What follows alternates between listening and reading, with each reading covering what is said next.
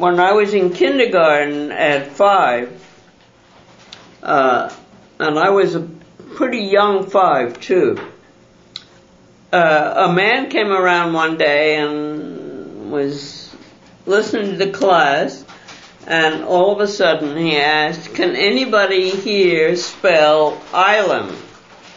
So I started waving my hand, which is my mode in the classroom anyway. Sometimes I haven't got a clue what they're talking about. And I said, so he said to me, yes. I said, I-S-L-A-N-D. And the next day I was in first grade,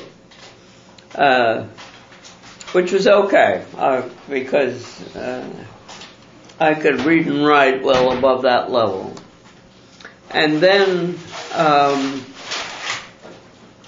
when I was in the 7th grade, they had a program in the New York City school called Rapid Advance, in which you did the 7th grade in the first semester and the 8th grade in the second semester, saving a year of schooling, so that I ended up starting college at NYU, which in those days you could start in February and do your freshman year February through the summer.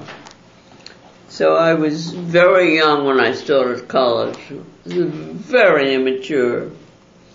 I mean, I had the intellectual ability, but I just couldn't cope with my environment at all. So that was how I was. In what way could you not cope with your environment? Well, I had sort of just emerged from a very ugly duckling adolescence. I had, up to that time, I had discarded braces the year before. I had been sort of chubby, and I got thin. I used to have to wear orthopedic shoes because flat feet were regarded as some sort of a disability. So there I was, all decked out, and ready to go with a new personality. But I remember showing up to the first day of college wearing my midi blouse and red silk tie and serge skirt from high school, and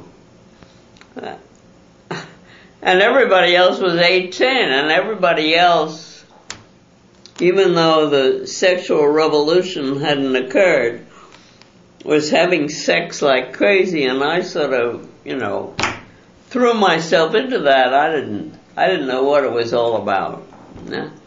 And my politics were very radical, and I was just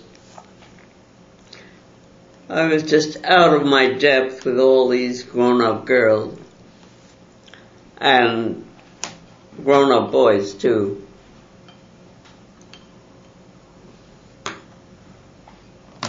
We would go out after class, which I virtually never attended. And everybody would drink. I would get to a bar to go to somebody's house and drink very cheap sherry, which is a horrible invention.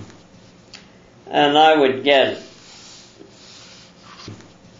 not drunk in the sense that I was intoxicated, but I would get sick. I just did that while I was at NYU. I didn't continue to do that after I got out of school and started working. I had a very unhappy, mixed up time.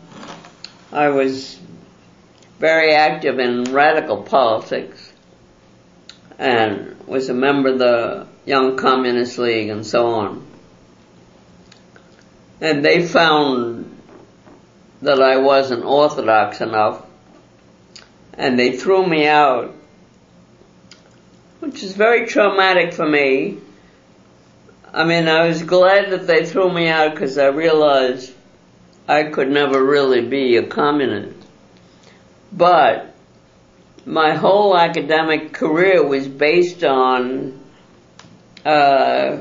taking courses from professors who were communists. And even though I hardly attended because I was too busy, giving out leaflets and protesting something or other, they would automatically pass me with high grades. And when I got thrown out, they started flunking me. And I couldn't believe that people would do that. But they did.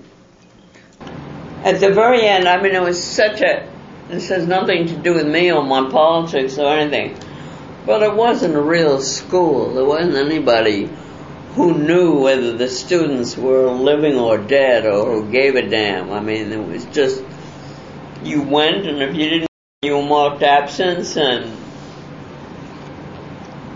nobody ever said, hey, you're having a problem here, or you're not showing up, or you didn't have any counselors or guiders or any teachers who knew you. I don't think any of my classes were other than lecture classes, that is 100 or 200 or 300 or 400 people. And the professor who was giving the course would get up there and lecture. He didn't have any idea of who was in his audience.